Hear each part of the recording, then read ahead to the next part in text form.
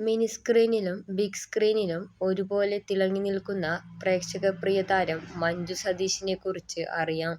1996 മുതൽ മലയാള സിനിമകളിലൂടെ പ്രേക്ഷകർക്ക് സുപരിചിതമായ മുഖമാണ് മഞ്ജു സതീശിന്റേത്. സല്ലാപം, കണ്ണിനും കണ്ണാടിക്കും തുടങ്ങിയവയായിരുന്നു ആദ്യകാലങ്ങളിലെ മഞ്ജുവിന്റെ മലയാള ചിത്രങ്ങൾ.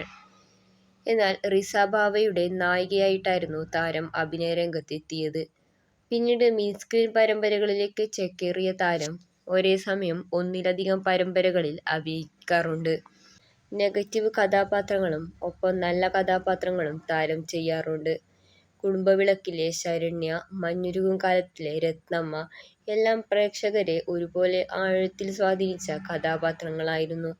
സിനിമാ ആർട്ടിസ്റ്റായ സതീശാണ് താരത്തിന്റെ ഭർത്താവ്. വിവാഹശേഷം 10 വർഷക്കാലമായിരുന്നു അഭിനയരംഗത്തു നിന്നും മഞ്ജു മാറി നിന്നത്. കുടുംബജീവിതത്തിൽ സന്തുഷ്ടയാണെന്നും അതുകൊണ്ട് അഭിനയരംഗത്തേക്ക് മടങ്ങിവരാൻ താൽപര്യമില്ലായിരുന്നെന്നും ഒരിക്കൽ മഞ്ജു പറഞ്ഞിരുന്നു. എന്നാൽ നല്ല കഥാപാത്രങ്ങൾ ലഭിച്ചതോടെ മഞ്ജു വീണ്ടും അഭിനയരംഗത്തെത്തി.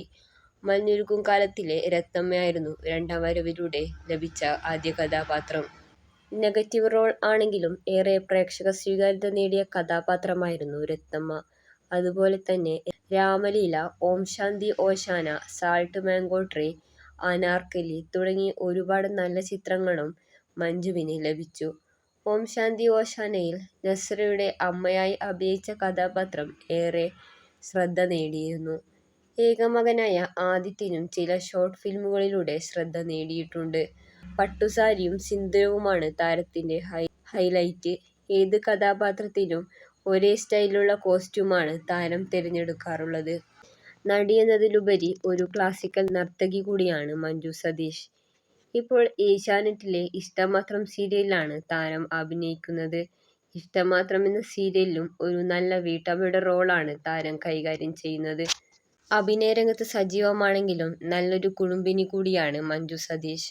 സിനിമകളിലും സീരിയലുകളിലും ഒരുപോലെ നല്ല കഥാപാത്രങ്ങൾ അഭിനയിച്ച താരം മഞ്ഞുരുകും കാലത്തിലെ രത്നമ്മ ടീച്ചർ എന്ന കഥാപാത്രത്തിലൂടെ ഏറെ പ്രേക്ഷക ശ്രദ്ധ നേടിയിരുന്നു. ജാനിക്കുട്ടി എന്ന പെൺകുട്ടിയുടെ വളർത്തമ്മയായി രത്നമ്മ എന്ന കഥാപാത്രം വളരെ നല്ല രീതിയിലായിരുന്നു താരം അവതരിപ്പിച്ചത്.